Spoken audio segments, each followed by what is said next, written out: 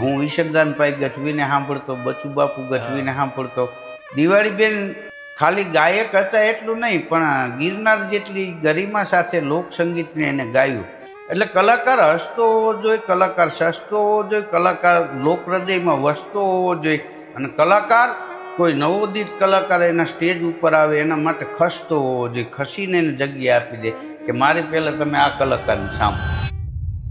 સાહિત્યની જ્યારે વાત આવે, હું સાહિત્યના અમુક તમને શબ્દો કહીશ, એ શબ્દો ઉપરથી તમારે વાત કહેવાની છે. એકતા અને સમાજ. હા, જેમ સમાજમાં લોકો વિવિધ ક્ષેત્રમાં કામ કરે છે, અલગ અલગ ક્ષેત્ર. કોઈ ખેતી કરતા હોય, કોઈ ડ્રાઈવર હોય, કોઈ કારખાનામાં કામ કરતા હોય, કોઈ રેકડી આંકતા હોય, કોઈ બકાલું વેચતા હોય, કોઈ એન્જિનિયર હોય, કોઈ ડ્રાઈવર હોય, કોઈ ડીવાયએસપી હોય, કોઈ વકીલ હોય, કોઈ જજ હોય, અલગ અલગ ક્ષેત્રમાં કામ કરતા હોય. એમ શરીરમાં બધાય અંગના અલગ અલગ કામ છે. પગનું અલગ કામ છે, એનું હાલવાનું જ કામ, પગને દેખાતું નથી. આંખોને જોવાનું જ કામ, પણ આંખો જોઈને પગને કે એ બાજુ જાહો મને કૂવો છે એટલે પગ હેન્ડલ ફેરવી નાખે. આ શરીરની એકતા છે. પછી કાન સાંભળે, કોઈને મારી ન શકે, કાન સાંભળીને હાથને કહે કે આ ગાળો દે છે, ઝપટ કરો, એટલે હાથ બે ઝાપટ મારી લે, પગ એક હજુ પાટું મારી લે. અને આપણા માનવ સમાજમાં એવું છે કે તમે કોઈને એમ કહો કે ઓલા થાંભલે ન અડતા તો સવારમાં અડે, શું હોય છે. પછી એક પગમાં ખીલી વાગે તો આંખોને નીંદર ન આવે, કાનને સાંભળવું ન ગમે, મોઢાને બોલવું ન ગમે. નહીંતર પગમાં ખીલી વાગે આંખું જ બીજા માળે રહે છે, એ ભલે ને હોઈ જાય, પગ ભલે ને હળી જાય, એને શું લેવા દેવાય. એમ નહીં, આખું શરીર હડતાલ ઉપર ઉતરે, હાથને કામ કરવું ન ગમે, કાનું કંઈક કરો એટલે આપણે દવાખાને જઈએ છીએ. તો માનવ સમાજમાં એવી એકતા હોવી જોઈએ. અત્યારે આપણે કોઈ પણ સરકારી ક્ષેત્રમાં કોઈ પણ નાના માણસને મળવા પાત્ર છે, એને ઘરે બેઠા મળી જાય એવી સરકાર વ્યવસ્થા કરે છે. આ શરીરમાં કેમ દાંત ચાવે, જીભ ટેસ્ટ કરે કે આ ખાવા જેવું છે કે નહીં, પછી અંદર ઉતરી ગયા પછી બધાય અંગને એને મળવા પાત્ર ભાગ મળી જાય છે, એટલે શરીર હાલે છે.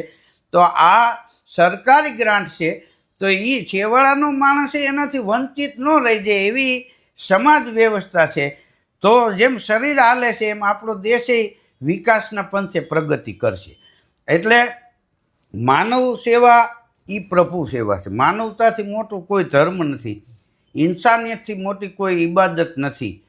એ જેના ખોળામાં પાંગરે છે એનું નામ છે માં. માં સે બઢકર કુછ નહીં, ક્યાં પૈસા ક્યાં નામ, ચરણ છુઆ ઓર હો ગયા તીરથ ચારો ધામ. ધીરુભાઈને આખું જગત સાંભળે, ધીરુભાઈ કોને સાંભળે? હું પણ કવિ કાગબાપુ છે, પછી મેરુપા ગઢવી છે, પછી હેમુ ગઢવી, પ્રફુલ્લ દવે, હેમંતભાઈ ચૌહાણ, નિરંજનભાઈ પંડ્યા, કરશન સાગઠિયા, દિવાળીબેન ભીલ, પ્રાણભાઈ, આ ભારતીબેન વ્યાસ, આ બધા કલાકારો આપણા સારા કલાકારો છે. એમને હું સાંભળું છું. હું કલાકાર કરતાંય સારો શ્રોતા છું. હું ઈશરદાનભાઈ ગઢવીને સાંભળતો, બચુ બાપુ ગઢવીને સાંભળતો.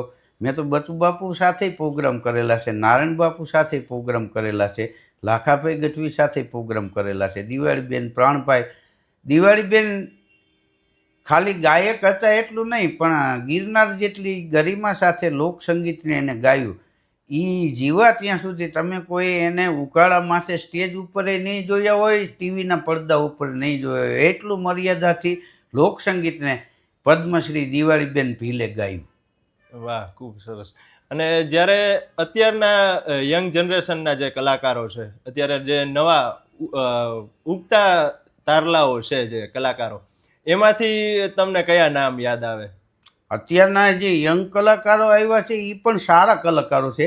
પછી ઘણીવાર એવું હોય છે કે કોઈ પણ એ અત્યારના કલાકાર હોય કે અમે હોય, નાના હોય ત્યારે એને એટલો અનુભવ નથી હોતો, એટલે કદાચ તમને એમ લાગે કે ભાઈ આ યોગ્ય નથી, પણ એવું નથી. એમાં પીઢતા આવશે ત્યારે બધું વ્યવસ્થિત થઈ જાય. અને જ્યાં સુધી આ ધરતીમાં લોકો રહેશે ત્યાં સુધી આપણું લોકસંગીત રહેશે. એટલે અત્યારના ઉગતા કલાકારો આવ્યા છે એ કોઈ અવગણના પાત્ર છે એવું નથી, સારા કલાકારો છે. અને હું તો ઉગતા કલાકારો મારા સ્ટેજમાંથી કોઈ આવ્યો હોય તો હું મારી પહેલાં એને રજૂ કરાવું કે આ લોકો ફેલ ન જવો જોઈએ. જી કારણ કે આપણે છે ત્યાં સુધી લોકસંગીત છે એવું નહીં.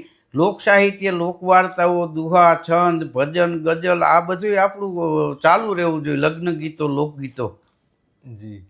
અને તમે કાયમ કહો છો ને કે કલાકાર હસતો હોવો જોઈએ, એ વાત જરા.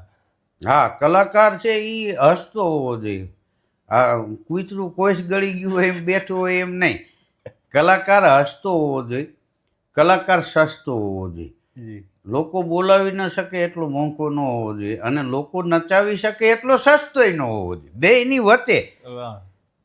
કલાકાર હસતો હોવો જોઈએ, કલાકાર સસ્તો હોવો જોઈએ, કલાકાર લોક હૃદયમાં વસતો હોવો જોઈએ. જી એને કાર્ડ દેવાની જરૂર ન હોય કે આ મારું આ કાર્ડ.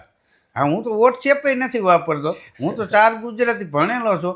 તે લોકો એનામાં મૂકીને મને જીવંત રાખ્યો છે. એટલે આ બધું લોકો મને સાંભળે છે, મને જોવે છે, એને આભારી છે આ બધું. અને ઉગતા કલાકારો એની વાતમાં મને યાદ કરે છે તો એનું મને ગૌરવ છે કે એ કલાકારોએ અમને જીવાડે છે.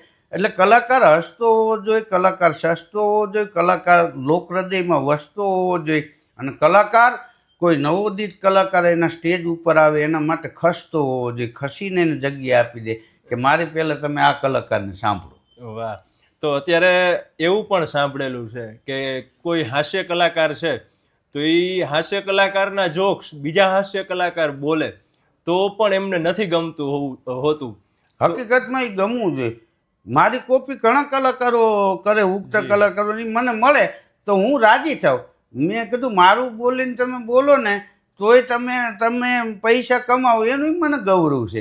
અને આપણું બોલેલું આ કાંઈ કોઈની માલિકી નથી. યસ. શબ્દ નીકળી ગયો મોટામાંથી એ પછી પાછો નથી આવતો. હા. એટલે કવિ વચન કામન નયન ઓર સુરવીર કો બાણ, છૂટે અને લગે નહીં તો છૂટો કોણ પ્રમાણ.